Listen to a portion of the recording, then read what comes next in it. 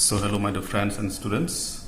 As we know that all are very busy in preparing the exams. So those who are from Meghalaya, they are preparing for MCS exam, and in all India basis they are preparing for UPSC IS exam also. So the syllabus for UPSC and Mpsc is quite similar. In Mpsc only some topics are not there. So let me help you, like what are the things we have to study for the prelims and mains. So first, in my first part in this video, I will just discuss about the Gs1 paper. So these things you all know. The main examination qualifying paper is English, which of 300 marks. Then there is paper 1 essay.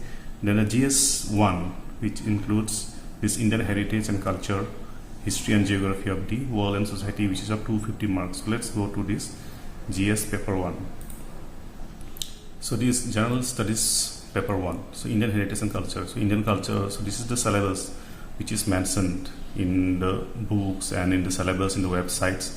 So apart from this, I will discuss about like what you really have to study for this paper.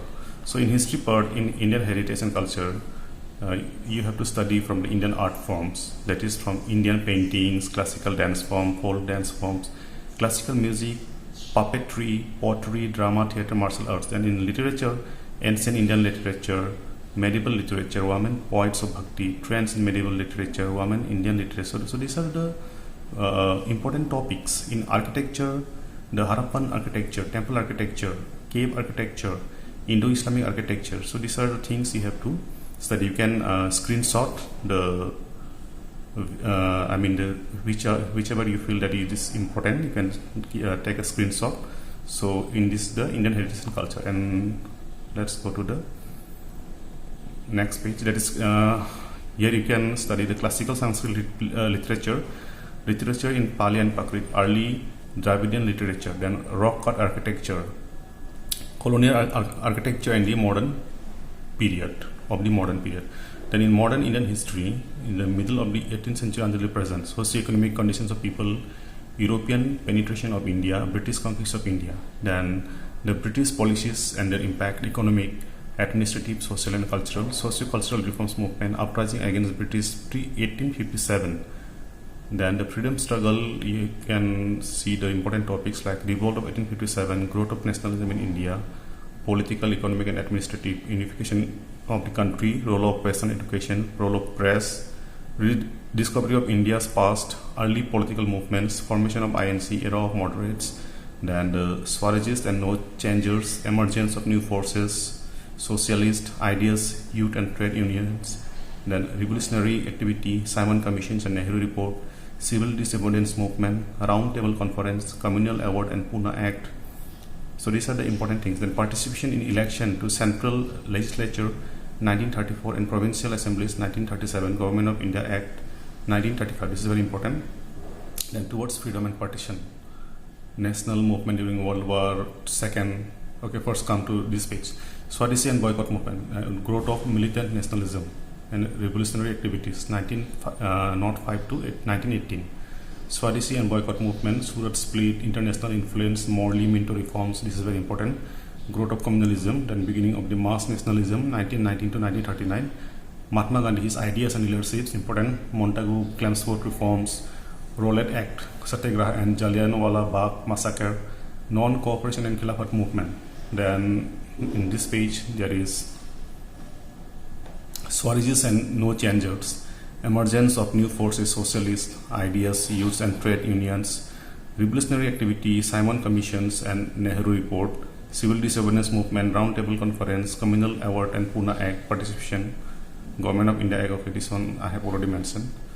So this one I am just taking from the screen. So towards freedom and partition, national movement during World War II, August offer. So you can take the screenshot. So, okay, so let me browse it down.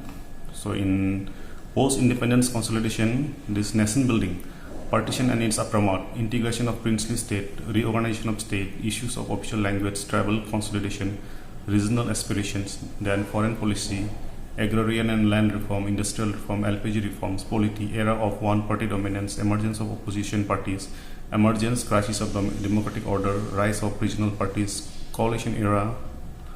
So this is from the post-independence consolidation. The next is the social economy. So you can take the screenshot.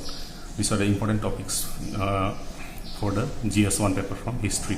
So this is the history of the world now. Industrial revolution, Renaissance, discovery of sea route, reformation, counter-reformation, European nations, settler North America, rise of slave trade, American War of Independence, French Revolution, nationalism in Europe, rise of capitalism, colonialism and imperialism, and World War II.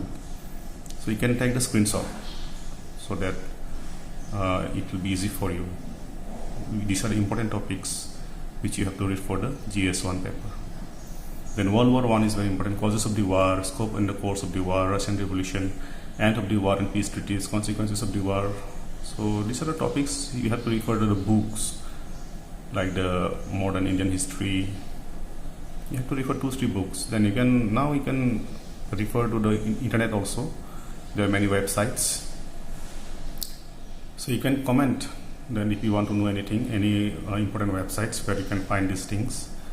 So these are the things from the history paper. So in Indian society, I will discuss in the next video. Thank you.